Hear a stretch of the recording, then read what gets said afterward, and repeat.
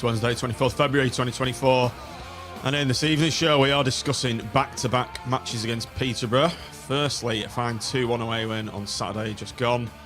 And secondly, a car crash of a BSM, see what I did there, Trophy semi-final as we put in a diabolical performance at Bloomfield Road and crashed to a sorry, see what we did there again, sorry 3-0 defeat to the Posh. We'll also be looking at Saturday's crunch game against our old foes Bolton in what is probably another must-win game. I'm John Aspel, this is CSS Podcast Match Reaction Show. Peterborough 2, Blackpool 1, Blackpool 0, Peterborough 3, just got it in.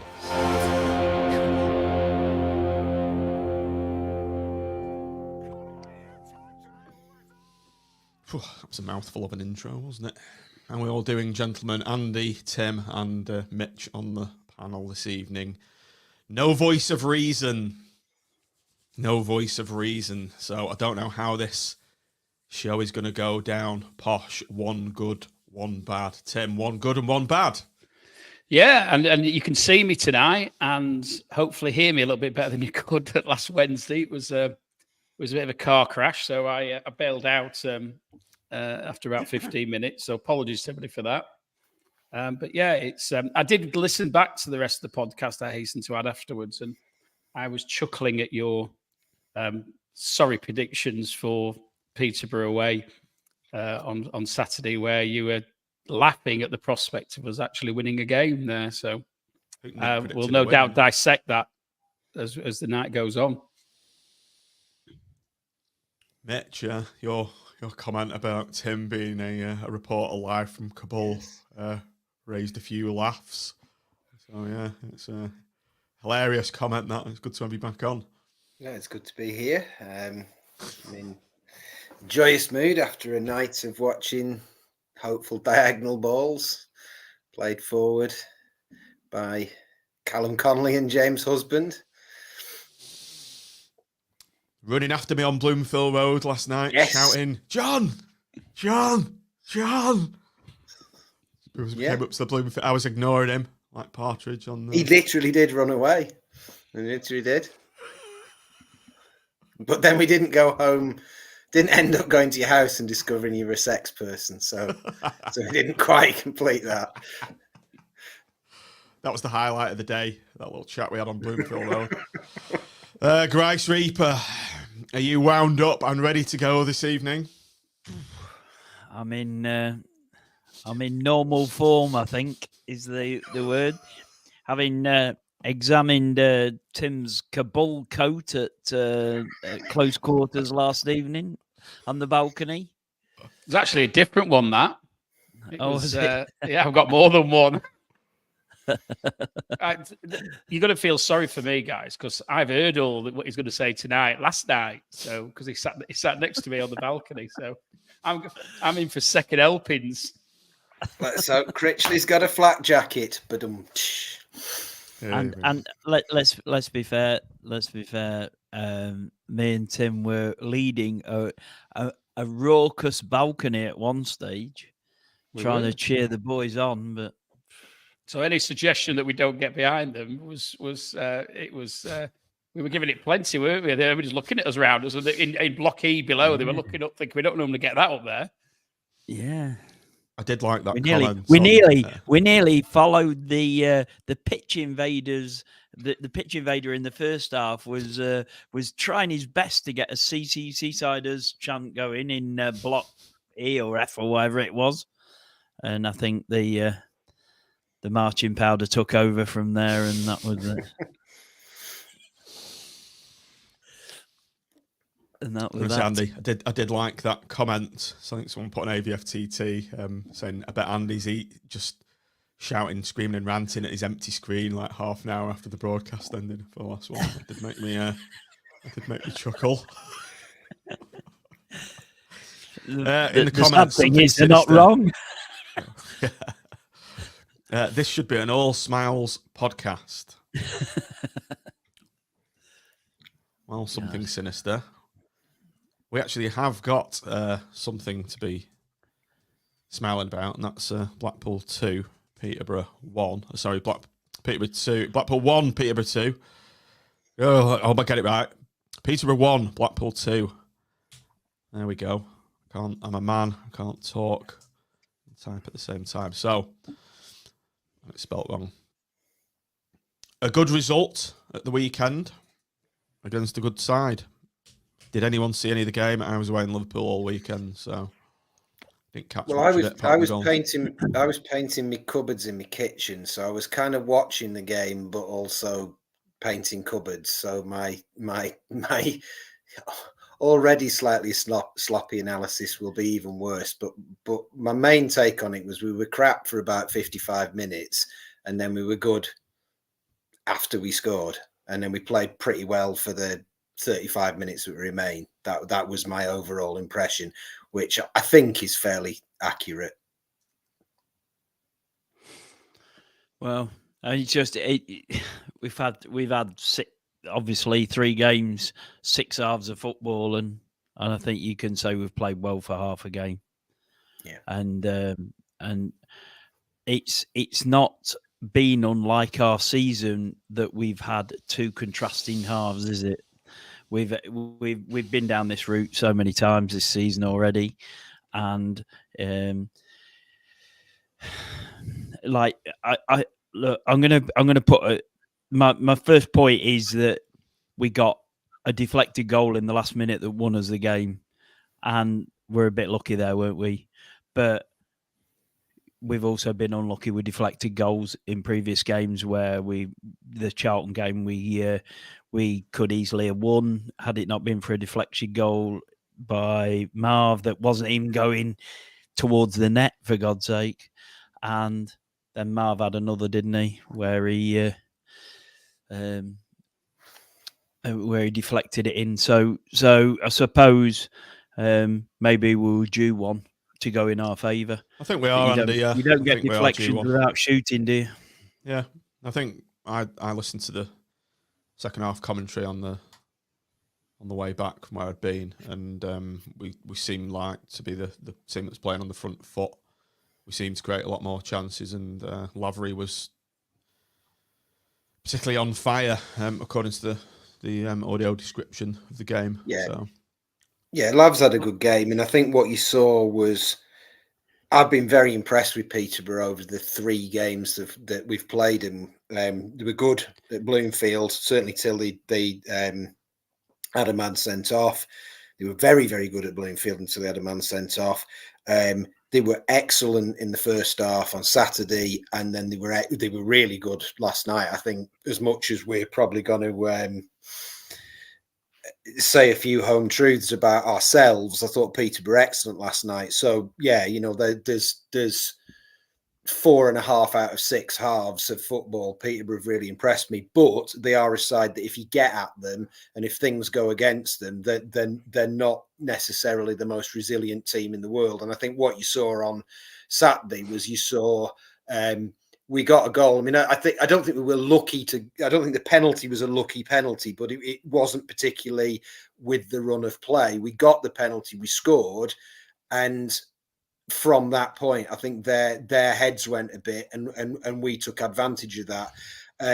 But you saw again, didn't you? You saw that we'd sort of, it was the same game plan. It was a classic Critchley game plan of kind of, we started with quite a robust lineup, and then we gradually introduced Dembele and sort of that sort of player, and became a bit more attacking, having kept it tight and kept in the game. It was kind of classic Critchley in that sense. Oh, the momentum graph bears that out perfectly, doesn't it? Yeah. Quick eyes to the stats and the XG column there. 2.16, 17 shots on target. 17 in total, 8 shots on target. 8 shots on target. Now that's sort of the mirror difference to what we saw last night.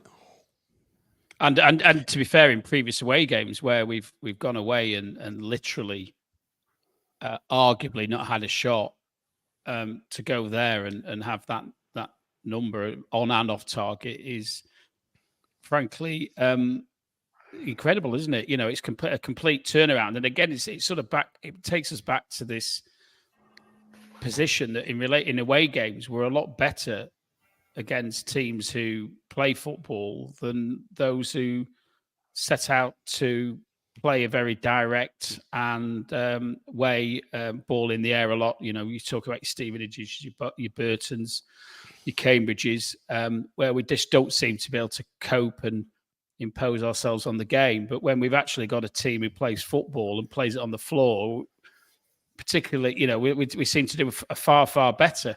I can't comment too much on the Peterborough game because I did the equivalent of a Smith and messed up how I was going to watch it. And I was going to go and sign up for Tangerine TV. And then I saw we got 1-0 down and thought, oh, it's going to be one of them again. I'm not going to bother.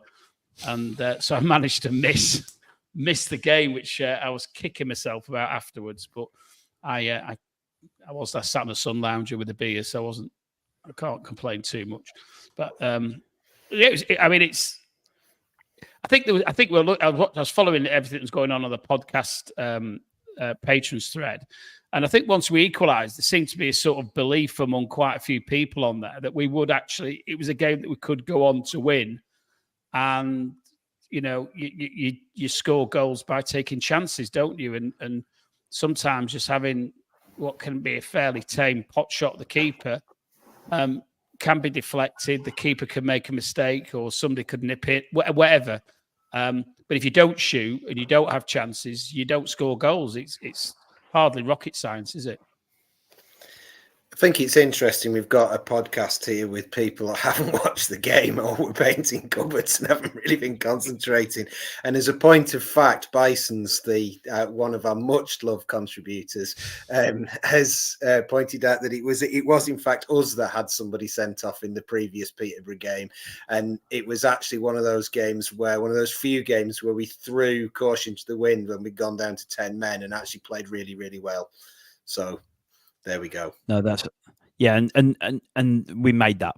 I think we made that point in the last pod that the two halves where we'd looked, 2 games where half a game we'd looked very good, where he threw the kitchen and sink at it, was Peterborough at home when we were down to 10 men, and Fleetwood away, where he had no option but to throw the kitchen sink, really. And then there's the Peterborough game. We played well for two halves and won 4-0. Like and those 2 games, Andy. Those 2 games. I was thinking this week about, you know, why have some of the young players maybe not come through as we would have wanted. And I've made no secret of my admiration for the potential and footballing technique of Sonny Carey. And you can comment if you want, but I'll just ignore it. That second half against Peterborough and the Fleetwood game, Carey was magnificent in both of them. And then the 2 games where we've played that kind of football, we've played that kind of kamikaze, don't care if we concede, we'll score 1 more than you've kind of football. And in those 2 halves of football, he's looked absolutely fantastic. He hasn't looked absolutely fantastic, unequivocally fantastic all season. You know, he's not, and I think that those 2 games are really interesting games because there's sort of the anomalies where we've played in a different way, and we've got something out of players that we haven't necessarily got that level out of all season. It was just something that occurred to me this week, really. I think the from Peterborough's point of view, they obviously want to play from the back, and the key to closing that down is the press, and the press has to be quick and direct at the players, but then you have to hunt in packs.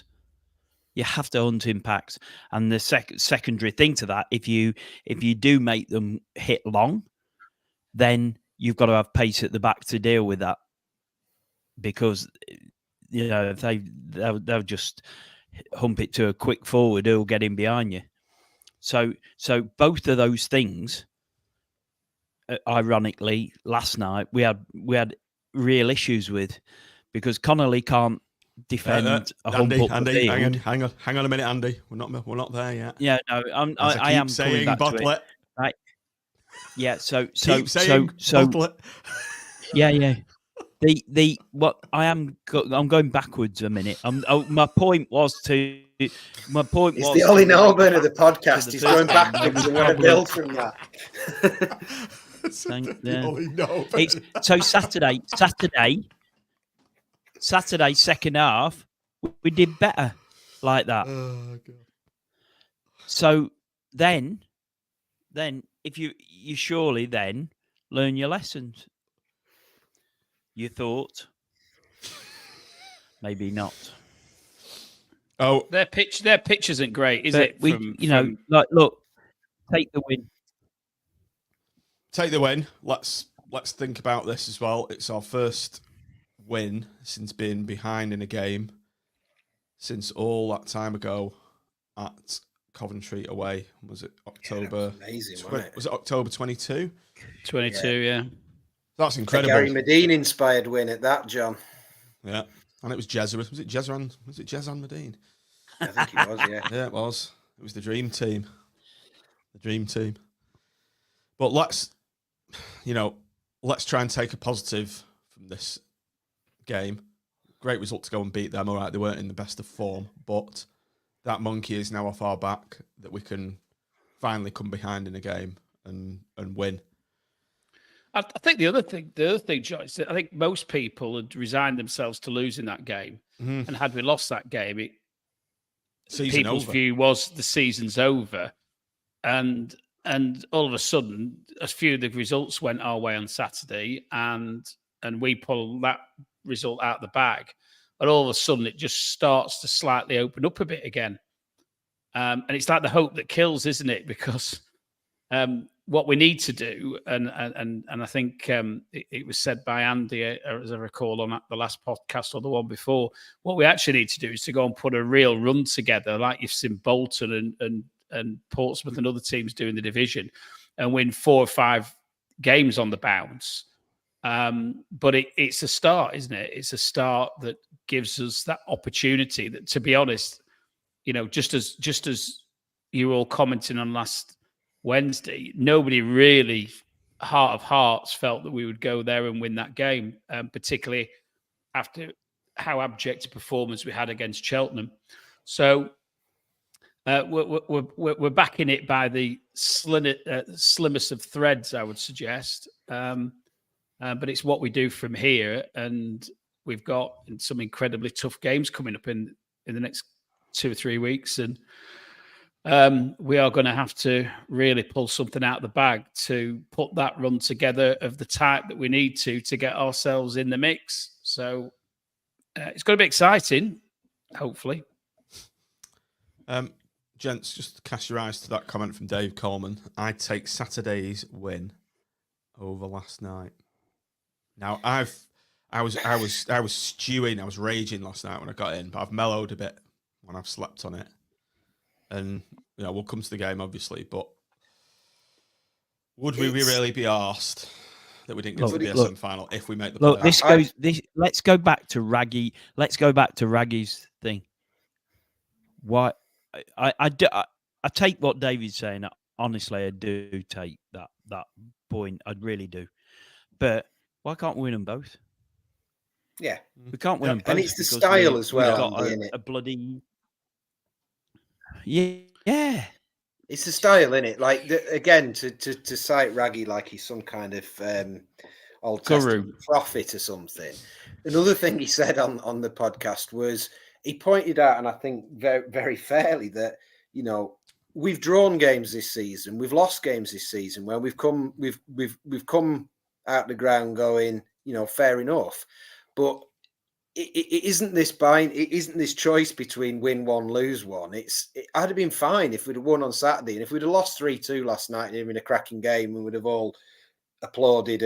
But there was just so little about last night that was worth engaging with or enjoyable on any level. Sort of tactically, there was no sort of seeing a particularly exciting young player coming good, or no tension, or no, it was just and it was just such a it felt like more than a loss last night. It felt like a surrender almost, and that might seem harsh, but I think that it's not losing, that makes you angry. It's the way in which you lose a game and the way in which you play him in a game and the way in which the game just kind of fizzles out with us not really seeming particularly bothered about getting back into it. That's what makes you angry. And I think I would have perfectly happily taken, like I say, a spirited 3-2 defeat last night and gone, yeah, the league, the league game was good. Hey ho, you crack on.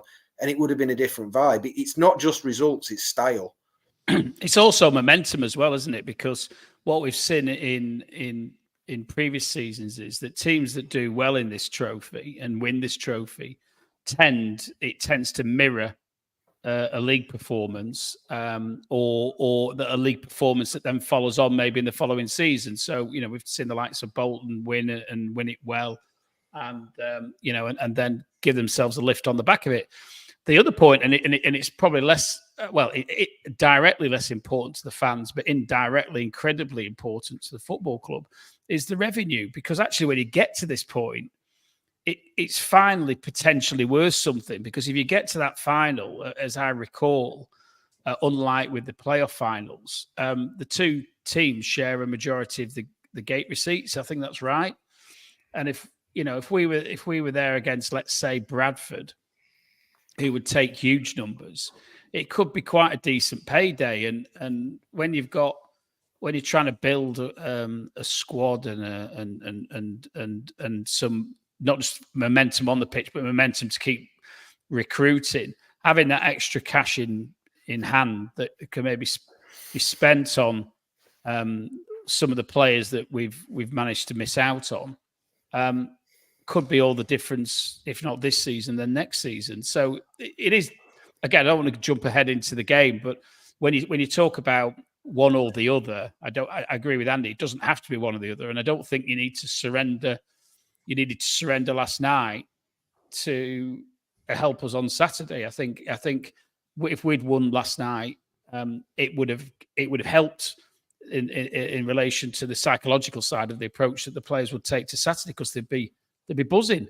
They'd be buzzing about the fact they're going to Wembley, and they'd also have momentum of a 2-game winning streak to put the monkey of Cheltenham, or get the monkey of Cheltenham off the shoulder, off the back or whatever. So personally, I think momentum is the most important thing, and that should have been the overriding consideration in relation to the approach from Saturday to last night, not focus on the league or whatever.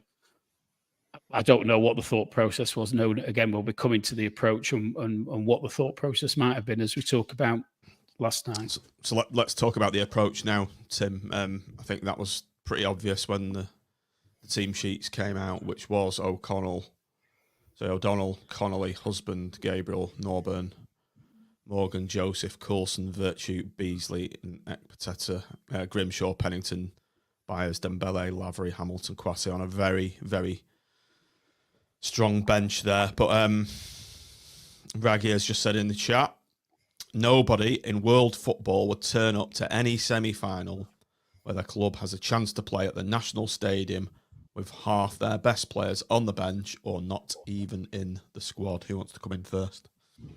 Well, at least we picked Gary Goalie. I was happy to see him. I don't think. Go on, bro. Sorry, I don't think anyone had got any problem with O'Donnell playing. I don't see many people, maybe a few, but like O'Donnell to the main when he's played has actually been all right. It's more his distribution that's a bit of the issue, I think, but his actual shot stopping is good. But it's the rest. And Beasley, fresh off an injury, he's probably played to give him 90 minutes or a start. Virtue is given a start. Connolly's given a start. In a game of this kind of magnitude, I was listening to Gary Bowyer on the. Forget the rest that we've got a problem with. Yeah, he said, Andy Bays was like almost saying, "Is this a game where you be loyal to the team that's got you there?" But Gary Bowyer is saying, "Well, no, I wouldn't." He says, "This is the business end we're at now," and he says, "I'd be picking the team that gets me to Wembley, that gets us to the final." Exactly. And I think you look straight at that, and there's 3 players in there, and I don't include O'Donnell in this. There's 3 players in there that shouldn't be anywhere near a starting lineup to win that game, and that, as we'll go on to talk about, I think that view, and it's not with the benefit of hindsight. I think most people who looked at that team would have thought that's not our best side, nowhere near. It's not coherent, is it? It's. I said this before we came on. Like, you go on Twitter and whatever, and everyone has the views on who's the villain and who's the player who shouldn't play and who's dog shit and who's this and who's that. But when you add that team up together, it lacks pace and it lacks creativity. Regardless of whether it's got Connolly or whoever in it, or Virtue, whoever, it just lacks pace and creativity. You look at it and think, well, how's that team going to win the game? That was my reaction. I didn't see how we were going to win. I didn't see how Joseph and Beasley would work together, because the two, I mean, Joseph is more technically adept than Beasley, but they're 2 basically similar strikers. They're kind of quite gangly and mobile strikers. So you've put 2 strikers and got in each other's way at times. Yeah, they were doing the same thing. They were both going for the first ball and no one going for the second ball. And it was a shame, really, because in a way, both of them won the first ball quite often, but then weren't chasing down the second ball. The midfield is distinctly stodgy. I mean, Morgan's all right. He's got a bit of creativity around him, but it's distinctly stodgy. And then the defence looks slow. And the wing backs, and in that formation, your wing backs have to be your best players. Well, Gabriel's probably our best player, but Coulson isn't. He's not the player to build. Where's Lyons last night? Lyons had exactly. Where's Casey? Casey didn't play on Saturday, so why not play him tonight? Like last night, I should say. If you're going to have squad rotation, we've got 2 players who haven't even made the bench, who quite a few people would say should be in our starting 11 anyway. And whether they're, I don't think, my gut reaction is Critchley doesn't react very well if a player challenges what he does, or when he doesn't pick them. I mean, we're left speculating, aren't we? But I think it's fair to say that Lyons must have done something to upset him. And if not Casey's dad sometimes says things which no doubt upsets Critchley. But not to have them involved at all, and yet we're playing a lone left back who's been bang average at best, and bringing players in who haven't played any football at all straight into the starting 11 just doesn't. It just almost feels like we've capitulated before we've started. The point that MB's just made about being loyal to the players, that's fine, but it doesn't add up to a coherent football team in a semi-final. Does he not realise that 5 players that played in that first game are no longer with the club? So where's the loyal thing coming? I mean, I'm not having it. It's like, it was a semi-final. End of. Pick your best team and sort it out and get that team playing. Right? That team. I honestly, the first 2 minutes I thought fantastic. We were great for 2 minutes, and then it went to cock, and that's like, come on, that was not a manager going out there saying, I'm winning this game. Peterborough made 2 changes from Saturday, probably to just a slight adjustment to how they played, but bloody hell.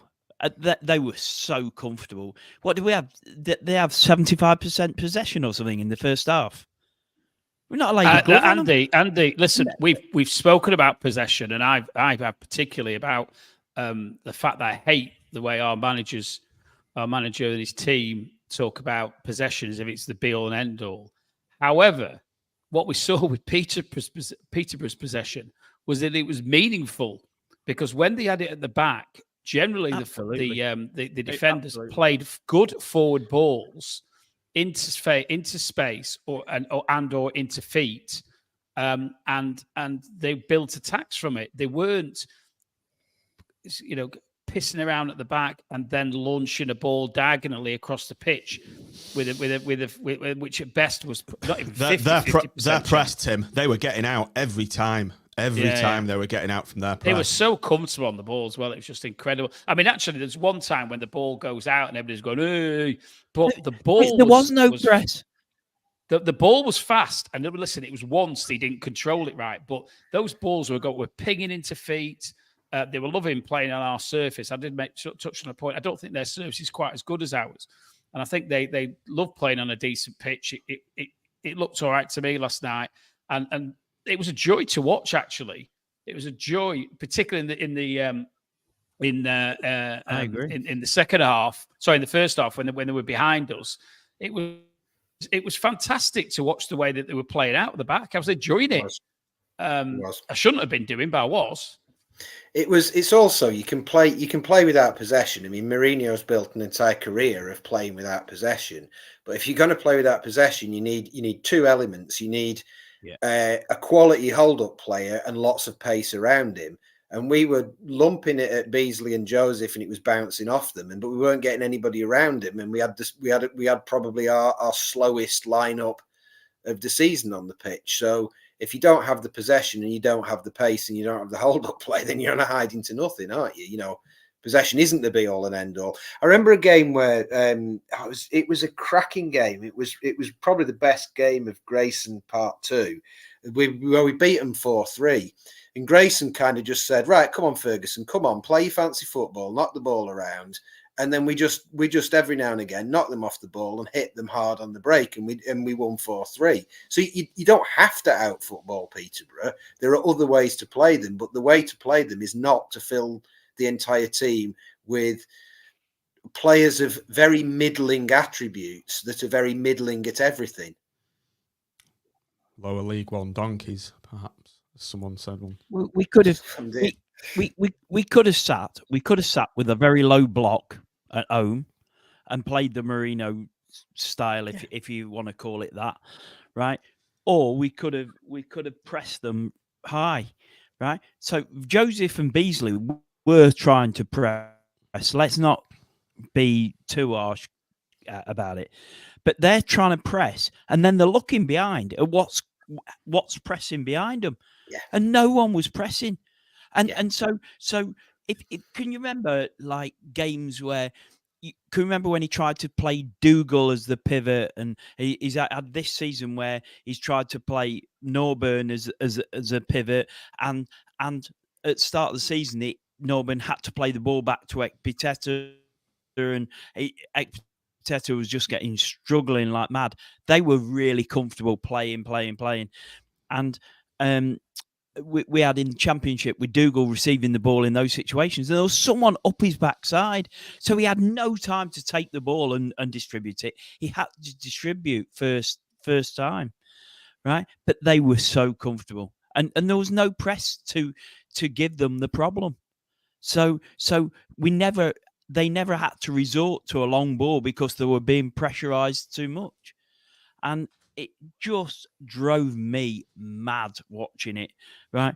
As some of you said before, it was pleasing. In if you can call it that way. No, it's not pleasing. It was a bit of admiration for the way they were playing, but we let them play like that. And so you've got to hold the coaches and the manager to account. They're the ones that send the players out with the tactics. Now, if they're trying to press two up front, our lads are trying to press two up front, they have to coach the midfield and wing backs to press with them, surely.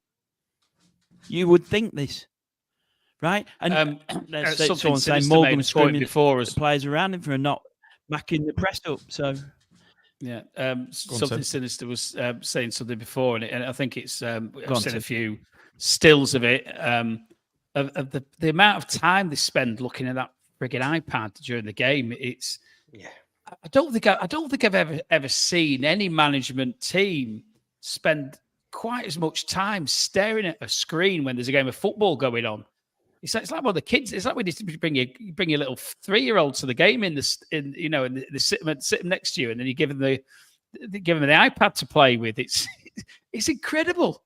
Well, it just seems to be a permanent thing that's going on. I don't know whether they're watching replays or what, but it can't be more important than watching what's going on the pitch. It's what I think's not right this year, and it's easy, it's easy to be all black and white about it, innit? It's easy to go, Critch is a complete idiot. He doesn't know what he's doing. He doesn't know anything. He obviously knows far more about coaching a professional football team than I do. And he obviously does Monday to Friday, does lots of good things. They run up and down, they run around cones, they do fitness routines, he molds there's loads more to it than just picking a team like it's Football Manager and pointing on the touchline. But what I get this overriding impression is that between the three people there that are on that touchline, that there's no instinct, there's no kind of hunches, there's no intuition. And when you think of all the great football managers, there's always that combination between process and kind of a slight madness about it, a slight instinct about it, a sort of a hunch, a sense, a feeling. And I just don't get that. And it's like they're staring at the iPad looking for something that's kind of staring them in the face. First half, we had literally no creativity on the pitch. We were under pressure every time we got the ball because we didn't have any particularly technically gifted players on the pitch. Morgan wasn't having his greatest game, and I'm not calling him out for that because he's probably been the star of the last couple of months for me. I think he's turned into a really good player. I think he's the one player that's really improved this year. But Morgan wasn't having a particularly great game, so nobody could really hold the ball. The passing wasn't working. The lumping it up to the two lads wasn't working because we've covered that. That was obvious. You could have asked anybody in the North Stand that, and they'd have gone, "Yeah, we don't have either the strength and pace to play a direct game, and we don't have the technical quality to play a technical game. So we're kind of falling in between two stools. We're just nothingy." You could see that. You don't need an iPad to tell you that. You don't need the data to tell you that. And it's like this, that they're looking for some kind of deep, meaningful thing. And stats and data can be really useful. It can be really helpful, but it doesn't replace instinct, and it doesn't replace knowledge, and it doesn't replace sort of hunches and that bit of madness that all the best football managers have. Well, look at the too many. Sorry, John. So the subs always seem to happen at the same time, which I think it validates what Matt's just said there. They make the subs more or less same time every game. When they've probably already decided before the game when they're making the subs. Which again comes and Bison's made interestingly, a great point. Just really quick, I don't want to cut off you, but interestingly, Mourinho was famous because he used to do that. He used to say in the dressing room before games, "I am going to do this. This is what's going to happen. On 69 minutes, I'm going to do that. On 74 minutes, I'm going to do that." And the players would look at him like, "What are you doing?" And he said, "And we will win 2-1. And it used to happen. And the players would come back and then go, "How did you do that?" And he'd go, "Hey, because I'm the special one." And that's what, but it's like we've got a crap version of that where he go, "I'm going to do this and I'm going to do that. What are you going to do?" "Oh, we'll win 2-1. And you can see them all coming back in the dressing room and just looking at him and going, And the point, and I was picking up on Bison's point, really. We've made it repeatedly before, haven't we? There's too much. Sorry, Andy. I was just saying there's no. I don't think they've got 5 league games between the three of them, and listen, you don't have to be an ex-player to be a great manager, but most of the managers who haven't been good players have good experienced professionals on the coaching side alongside them. And Critchley had it the first time round in Calderwood, and then McCall, who between them have probably played 1,200, 1,300 games. And being in dressing rooms with different managers and being in dressing rooms with other good players at different points in your career all rub off and create scenarios like Matt's talked about where instinct comes into it, where you might say, "Try this, try that. We've seen it happen before." And if you haven't played at that level, and you've got nobody around you who has, you've got a knowledge gap. I think you've got a huge knowledge gap. And I think that's a massive feature of this season. That's why we look pedestrian. That's why we stick to a system and never change it. Critchley was far more adaptable first time round because he had somebody in his ear who I believe, who he trusted and respected their opinion. And I'd almost say at the moment he'd be better in a league game having Rhodes in the dugout with him and let Rhodes have some input, because he's the type of player who's been there. There's and only bought one the man he t-shirt. needs in there, Tim. It's not Hey? Jordan Rhodes. There's only one man he needs in there, mate. It's not Jordan Buddy Rhodes. Well, and listen, it could be anybody who's played around and got the experience, and it's a void.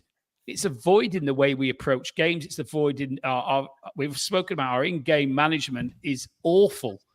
And I've never seen it change once all season, bar Fleetwood away. And that's when he got a bollocking off the fans as he walked off the pitch at half-time. And that was the catalyst, I think, for him making those half-time changes. He should have made half-time changes last night. I mean, if you walk off the pitch, having only had 25% possession in the first half, and we should have been 3 or 4-0 down but for the heroics of O'Donnell and Marv, easily could have been 3 or 4 down, and it wouldn't have been unjustified. To come out the second half with the same nonsense and play that for another 20 minutes, it's bonkers. It's beyond bonkers.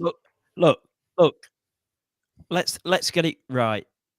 There's too many, as we're discussing it, there's too many pieces of this jigsaw, right, that are not fit for purpose, right? And the Boswells are definitely one. They need to go, them too, because even if Critchley's staying, he needs something behind him that's got some oomph. The Boswells can do one. They're gone for me. Andy, just look at that. What MB said. He doesn't want that senior figure behind him ready to take his job. I think there's some validity in that, perhaps. Well, maybe that's true, but like he's heading towards the job centre now, isn't he? Like, let's be fair. Like, he'll be the richest manager in history soon, because if he goes from here, he's been sacked 3 times in a year. It's just not. Honestly, it's not good. This he needs to somebody with him. Bison's has suggested Steve Thompson. Tomo's something. It just seems a complete waste of someone who's been in that number 2 role, who when he worked with the likes of Holloway and things like that, got the players on side. He's the link between the manager and the players, and he's a bloody good coach, and he understands the game. He's played a lot of the game himself. He's coached a lot of games, and they know. It doesn't mean Tomo's the best man in the world or anything. He's not, but he's a very, very, very experienced football guy who's been around, like Tim's alluding to there, that can pass on a bit of, who sees things and pass on knowledge and sees things, and he's able to react in game to situations that happen. Right, Critchley seems incapable of making in-game changes. It was screaming last night for changes at half-time. It was screaming. Yeah. Right? But I honestly think, hand on heart, he's made that team selection. They reckon, he came out afterwards to say, we've sat down as a group of coaching staff and analysts and a group of his management team, and whether it be physios and whatever, and we picked a team from that. Like, could you honestly think someone like Ferguson would go to his physio? He wouldn't even think about it. He'd just say, right, mate, how you feeling? Right, you're in, and this is a job you're going to do. Right. Let's talk about the sub. Let's talk about the subs next, then. Let's talk about the subs. Okay. Frustrating beyond belief. The subs that came on didn't change the system in any way. They were like for like, as per. So the system wasn't changed. And he was bloody lucky that we didn't go 2-0. To change the system. That we didn't go 2-0 down. While the subs were waiting, it took an age for the subs to come on. 5 minutes they were pissing around.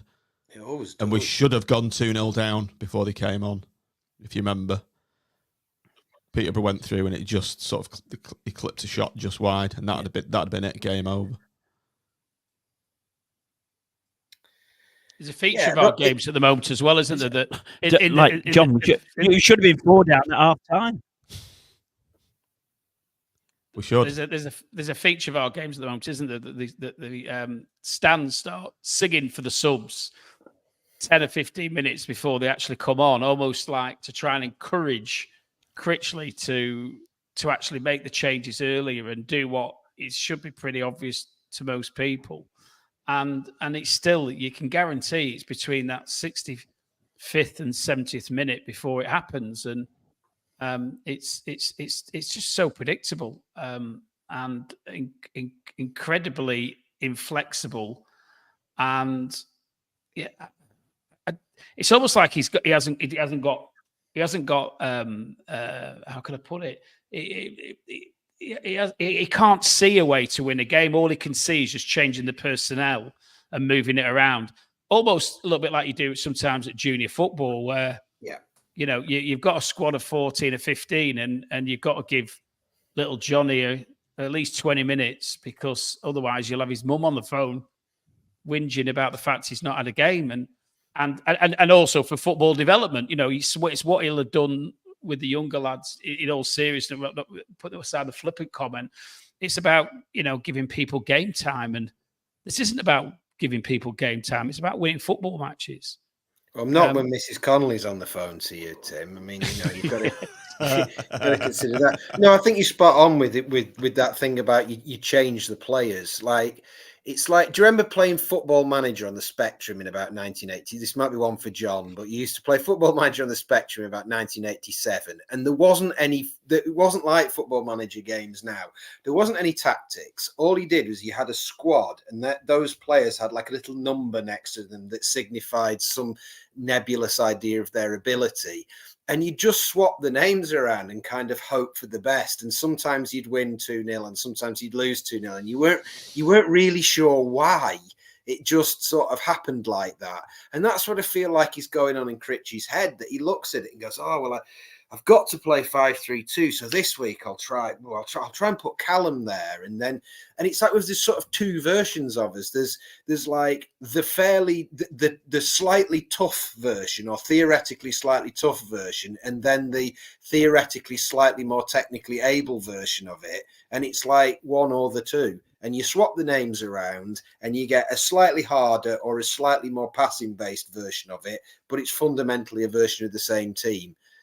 There's no sense that, you kind of go, right, okay, well, what we'll do is we'll put one forward right up on the shoulder of that guy, and then we'll have him hovering here. Right, that's not working. We'll pull that. We'll go in balance for a moment. Right, we'll play slow. We'll really slow the game down for 5 minutes, and then we'll blitz them because we'll overload that. There's none of that kind of innovation that you have to see. And I think for me, it's like we can argue all day about whether this group of players are good enough or not. But what I don't think we're seeing is us sort of trying to get the best out of this group of players, exploring what this group of players could do, trying what would happen if you tried different things with the players. It's like how do we score goals? We score goals. We didn't press very well last night, but we've got quite a good press normally. But if we don't score, if we don't force the other team into a mistake, or Dembele doesn't do some magic, I don't really know how we score. And it's like we're not set up to unlock other teams. Sorry, I've kind of run out of steam there, but the conclusion is I just don't really get what we're doing. How does the management team? Can I go on to? Can I go on to Norburn? Can I go on to Norburn, John? Yeah. Norburn, right, plays in front of the back four, right? He's supposedly the captain and the leader of this group, right? When we first started to see at the start of the season against Burton, he played I don't think he was scored from it, but he played a beautiful through ball, split the defence, and I turned around to Sharpie at that time when that's what we've been missing. That's what we've been missing. That's the sort of pass that we've been missing all last season. And like, thank God we've now got someone who can do that. Right? I've probably seen about 4 passes like that all season from him. And that's it. And we've seen him thump one. He's seen him thump one into the top corner, like on that one occasion. Right? So he scored 1 goal. Right? And he's he just obsessed with playing sideways and backwards, sideways and backwards, sideways and backwards. Right? He rarely plays a forward ball, and he's capable. I'm sure from what I've seen, he's capable of doing that. But that must be a team plan. It's got to be a team plan. I think right? he's to the keep coach. recycling the ball. Well, there was a point last night, and I don't generally get on players' backs at games. I don't generally get on players' backs on here particularly. I think, lads go out and play football and they get a lot of abuse, and, fair play to them for going and doing it. I admire most of them. But last night I ended up going, for fuck's sake, Ollie, at the top of my voice. 88 minutes, 2-0 down, gets the ball. He gets the ball. The two, Coulson and Gabriel, go either way. Lavery goes up the middle, and there's a risky pass on there, but it's one of those passes that you can see there's a pass on there. We're 2-0 down in the semi-final of a cup competition, and he does that funny crab turn thing and goes back to O'Donnell. Why? We're 2-0 down. There's 2 minutes left. It doesn't matter if we lose 3-0. There's no goal difference. There's no possible consequence of losing possession there, other than we might get the goal that we go back in. It doesn't matter if we concede a third.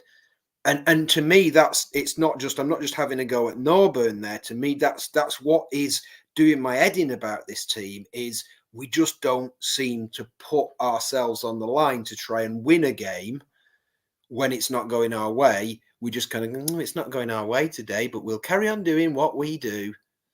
And it's really frustrating to watch. What do you think he was trying to achieve with the substitutions then? Because it was like for like Beasley, Joseph, Lavery and Kwasi. Kwasi was particularly poor, I thought, and he was. I was surprised that Morgan came off and Dembele came on. I think the system didn't change for me. It maybe did later on when CJ came on, but I think it was when CJ came on mainly that we seemed to go a bit more forward at the back, didn't we? And pushed, sort of had two wide players supporting the front two, but it was all a bit too little, too late, really. I think.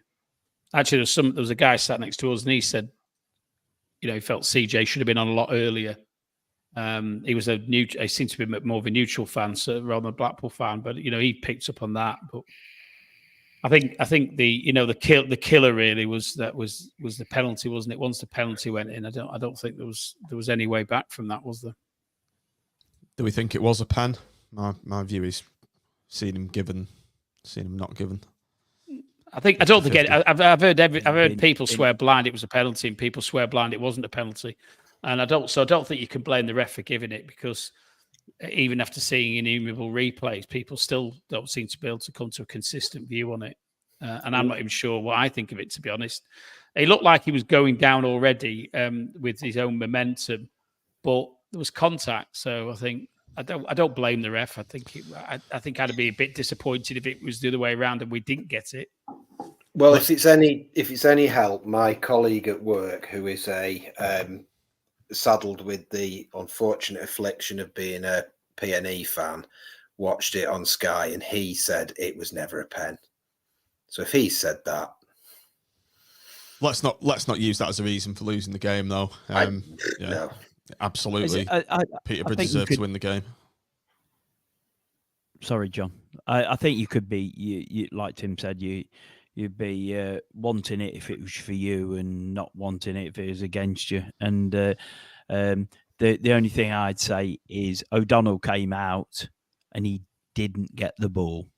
That O'Donnell didn't touch the ball. And if he's come out and clattered into their striker without touching the ball, like, while probably to the stage where he's going down. It wasn't a pen. You can wholly understand if he's not touched the ball. If he got the ball, I think different gravy completely. He's Jay Jones acting like he's just had a taser gun attached to him and fired off. Did you see that ridiculous 5 or 6 flips he was doing on the floor after he got the penalty? So I think the referee he's obviously bought that. So when the third went in, I thought the ground was going to get more toxic than it was, to be honest. And I think when that third went in, quite a few people were approaching the technical dugout, which had 2 security personnel in. Numerous people venting the spleens at Critchley. It's all getting very familiar, this, isn't it? There's one very well-known one who got escorted out the ground. I noticed we could see him giving it plenty, wasn't he? Right. He wasn't the only one, because I was sat in M block. He wasn't the only one.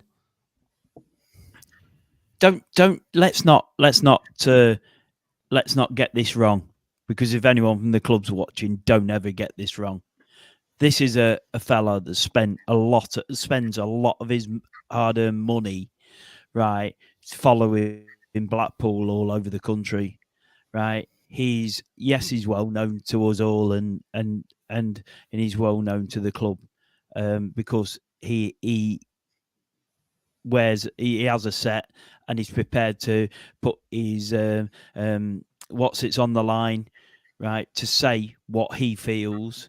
He's not scared to be a bit controversial with his views, but they're his views, and he's got the right as a fan. Shouldn't ever go over the line to being abusive, but he cares about this football club far more than any player, any manager, any owner, or any CEO, or whatever you like. Right, he cares about this football club, and he'll be around this football club that lot longer than they will. Right, he's so passionate about this football club being run properly, and us doing the right things. Whether he's not asking to win every game, he's prepared to travel to the other end of the country and watch us lose and come home, and he'll have spent 150 quid on his day. You mentioned money there, Andy. He's a passionate fan. Yeah, Andy, you talk about money. Colin spending a shit ton of cash. We all have. I went to M block. I must have spent, with refreshments and all that, I must have spent north of 40 quid last night. 40 quid, and I just felt I felt like I'd been conned almost last night. It's just Bison's who just said that if you knew the team before you bought your ticket, would you have gone? The answer had been no, because we didn't go to win the game.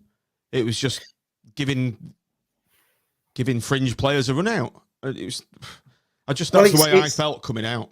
Yeah, I agree with you, John. And it's what you said there about we're giving fringe players a run out. We're giving the sort of the squad players it's just so flat. And there's I'm never going to be stood at the technical area telling people to go and do whatever. That's not what I'm like. I haven't got the character. I'm just not that kind of person. But there's 3 things that really irk me. I've already said one, the fact that we never throw the kitchen sink at it. We never seem to be desperate to win a game that we're not winning. Sometimes on occasion we play well and we win a game, and I will applaud and I'll stand there and I'll give them all the credit in the world. But that's number 1.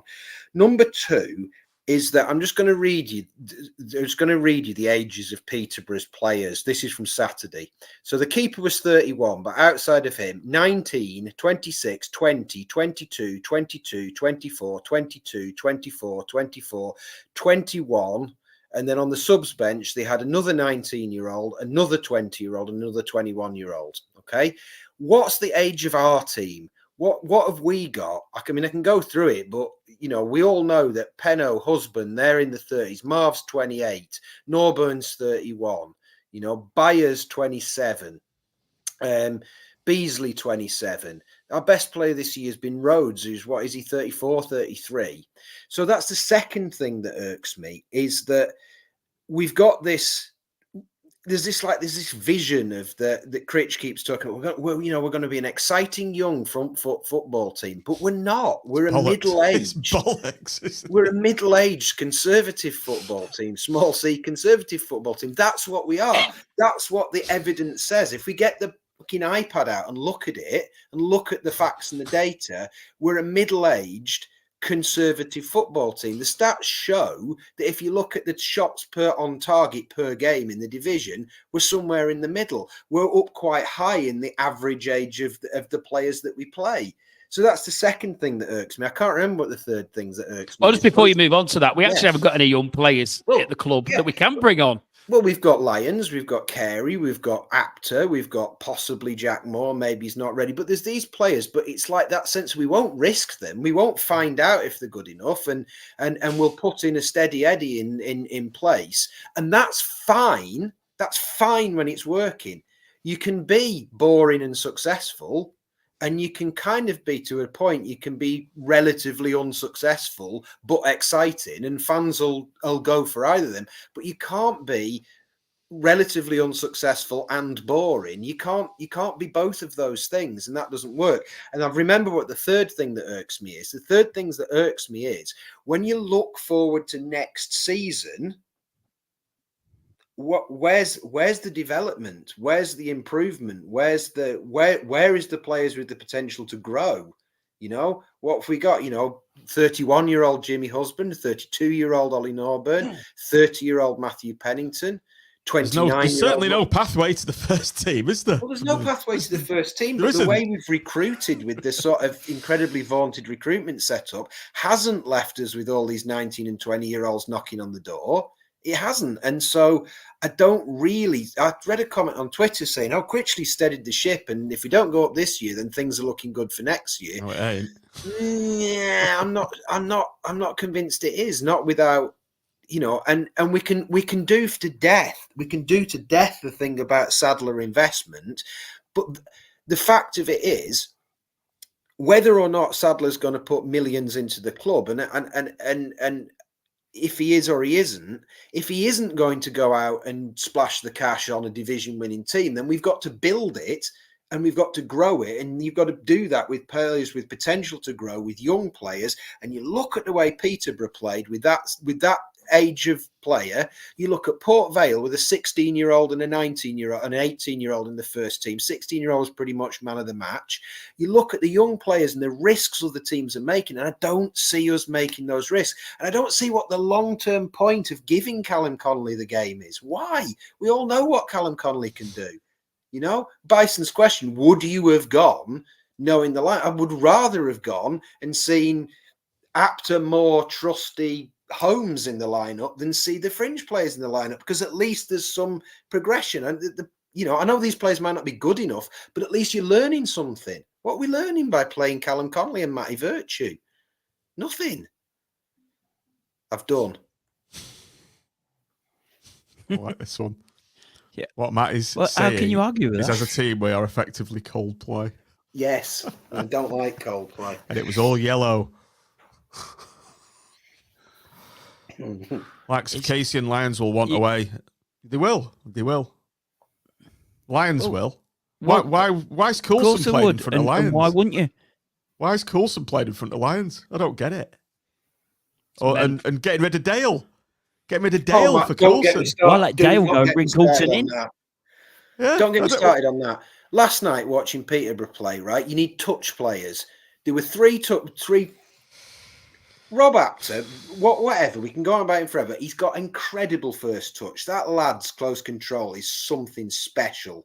It's really good. I don't know if he's any good or not, but his close control is fucking great. Sonny Carey, anybody in the comments can shut up with the lightweight stuff. I know he's lightweight. I know all his flaws, but he's technically beautiful player. Balanced, beautiful. He's got vision. He's got a decent shot on him. And I know he's flawed. And I know he's not necessarily the answer to all our problems, but he's technically better than 7 or 8 of those players on the pitch. And Owen Dale, beautiful technical player. Lovely control, lovely balance, vision.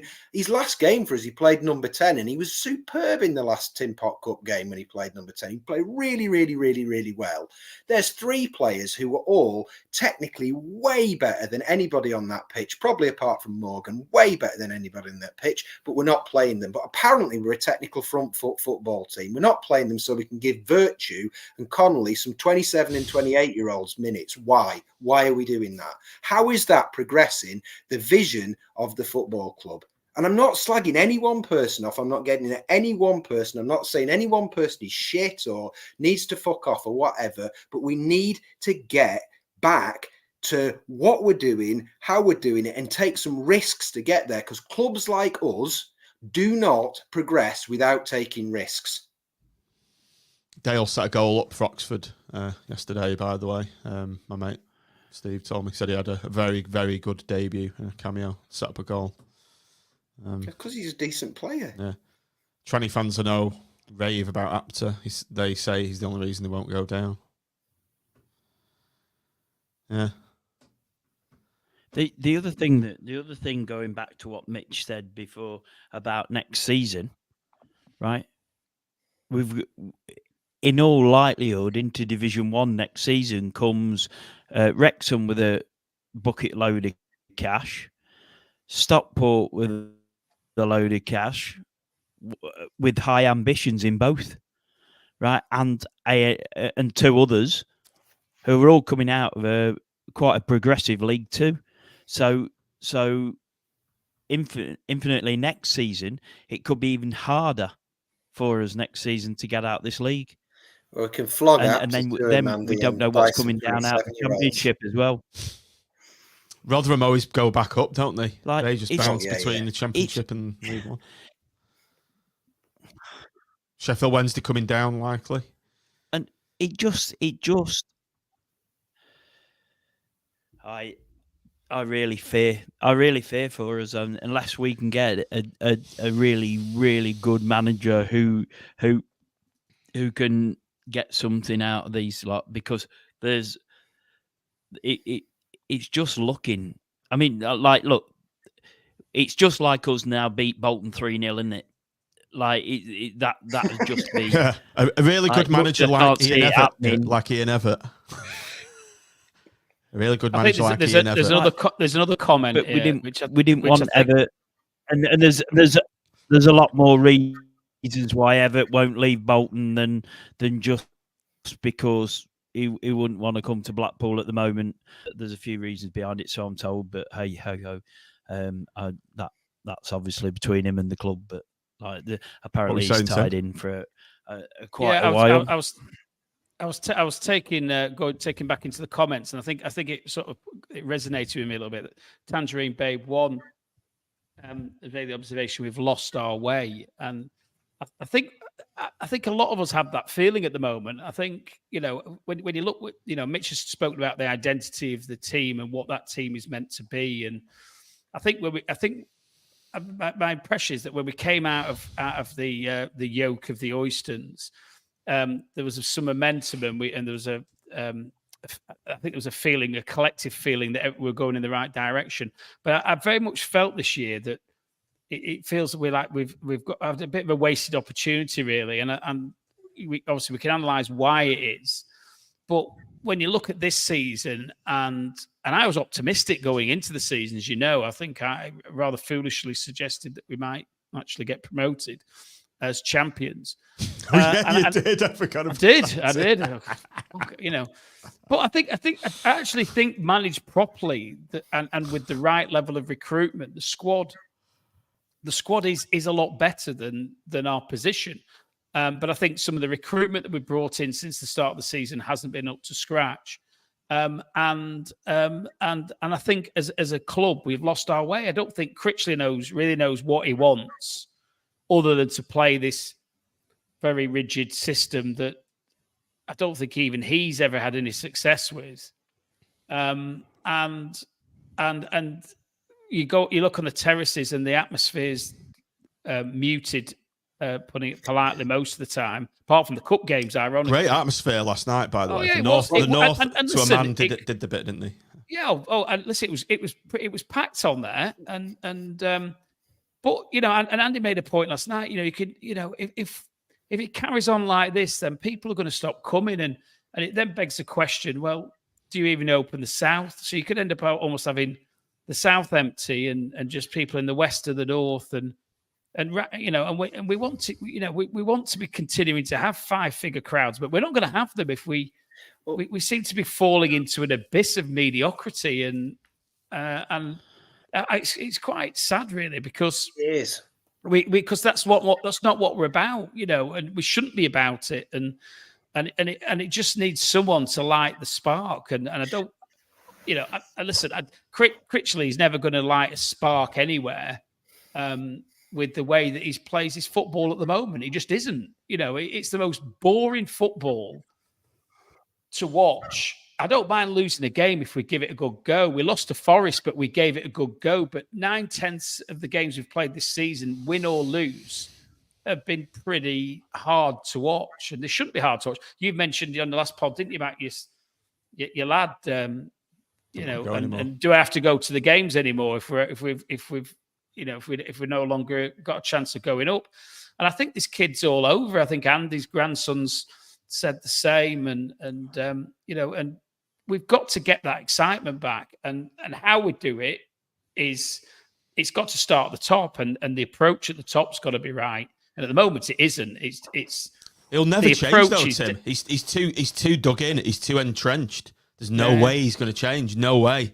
The only way it's going to change is if he's removed from his job.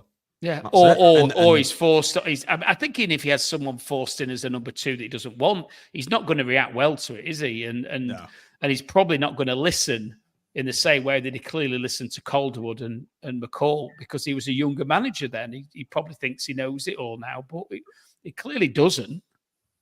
And none of us are ever too old to learn. I learn every day in my job, and you know, I just can't see a way of it changing at the moment, other than by, you know, cutting the tree down and roots included, and starting again. And that's got to be, for me. We want something. I want something to look forward to on a Saturday. Not all right. Well, I know it's going to be 3-5-2 or a variation of that, and I know that certain players aren't going to play, even though they're clearly better than others, because they clearly challenge the manager, and we're going to play it round at the back and then boot it long. And we might, every now and again, we're going to win a game, but two out of 3 we're not. And that's like rinse and repeat. It's like being stuck in that Groundhog Day, isn't it? Where you wake up every day and it's the same frigging thing. It's like every time you turn up to Bloomfield Road, you pretty much know what's going to happen. Although we have got Callum Connolly happily morphing into Mike Davis with those curled right foot passes down the wing yesterday. Well, that became that became a kind of grotesque entertainment. Was every time the ball went to Connolly or Hubby, seeing who would hit the worst pass down the line, and they were kind of outdoing each other. Just on what Tim said very quickly, wasn't it notable? A, that the chanting for Dembele from sort of halftime onwards. B, when he came on, it was like a goal. And C, when he did that one absolutely sensational. Took out 5 of their players. I know it didn't come to anything in the end, but it was beautiful. And the North was bouncing for about 5 minutes on that, and you can feel the way that Caddy gets absolutely worshipped. The ground he walks on gets worshipped. You can see that we are crying out for just that bit more risk, that bit more go, that bit more desire, that bit more excitement. And the North were. I don't normally go in the North, but it was great. The level of support for that little bit of effort, that little bit of risk, that little bit was palpable, tangible. And there's no way that you could look at the fans and go, they got on the players' backs last night. Maybe there was a few people giving Connolly a bit of stick, but beyond that, there's no way you could point at that and go, oh, well, that was a toxic atmosphere. The fans didn't get anything that we did that was remotely positive.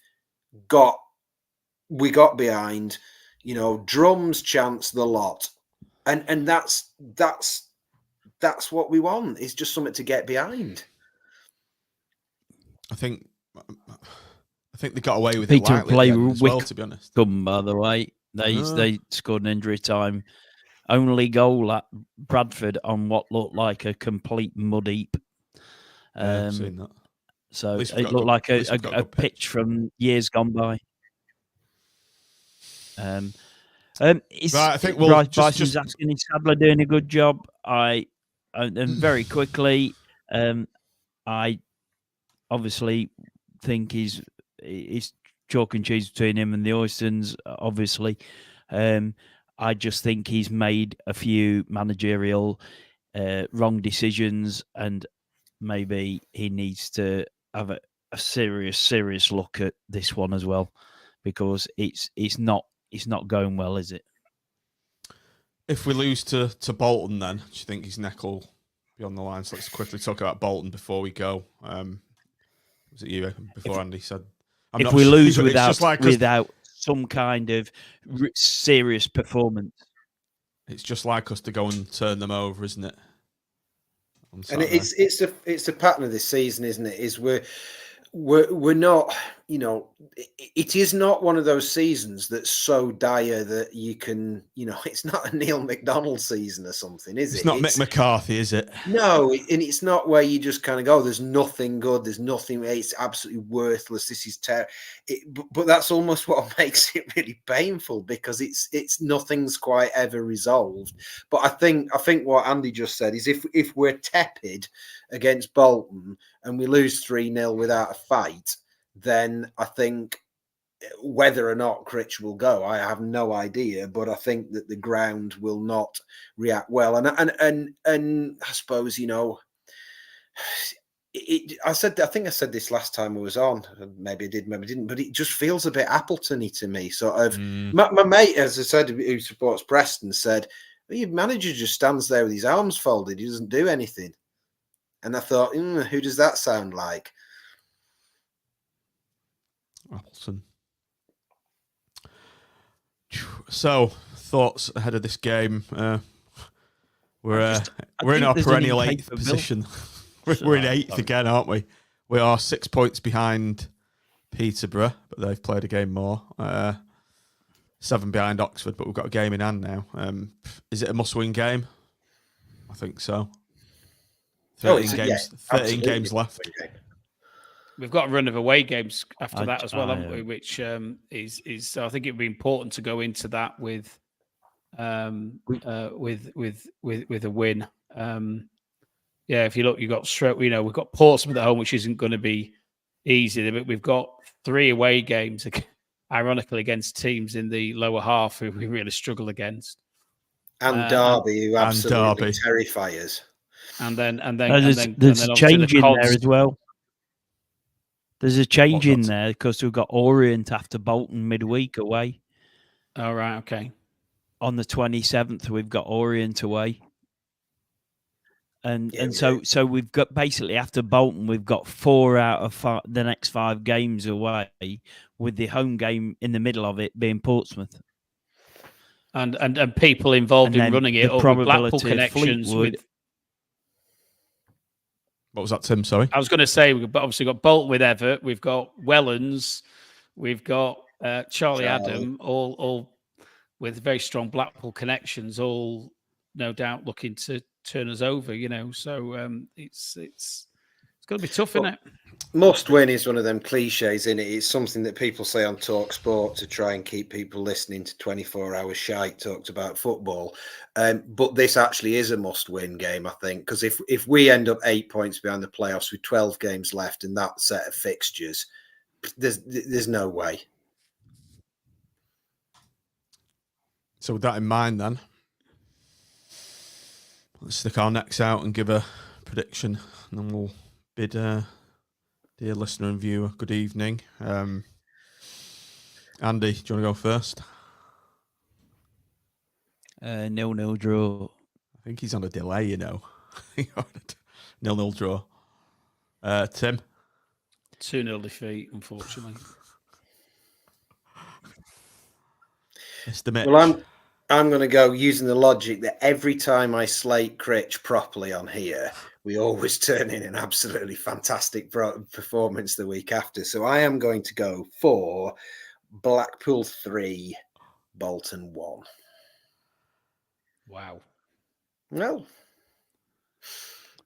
Now we said the same. You said the same last Wednesday, and look what happened. So I think I'll stick my pessimistic, if nothing else, for reverse psychology. But nobody going for 4-3. Oh, Tim, I was going to. It was in my head. I was going to say. I ruined it. I was going to say it's going to be a high-scoring game. Well, Tim, home. John, given that you compared CJ to Stanley Matthews earlier, then what should happen is we'll go 3-1 down, and then CJ will put in the performance of his life with Jake Beasley playing the Mortensen role. And it'll be remembered ever after as an all-time classic. Yeah, like the Matthews final, it'll be the Hamilton. Does Connolly get put to... Does Connolly get to right wing back and play the Matthews role? He's gone from being Mike Davis to Stanley Matthews in a 3-minute time period. Right, I think that was a bit cathartic, and I think we've said enough for one evening, haven't we? So we'll leave it there. So I think it is a must-win game, isn't it? And no doubt we shall be coming back in either an elated mood or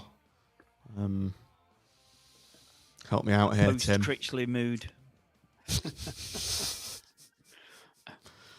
I don't think that'll general happen. malaise. A general malaise. Can we have a post? You've turned Can into we have Max the Headroom. post-Critchley pod next? Fingers crossed, Andy. Fingers crossed. Right, everybody. Thanks for joining us this evening. Thanks in the comments. Thanks for downloading. Thanks for listening. Do like and subscribe. Not the pool. Up the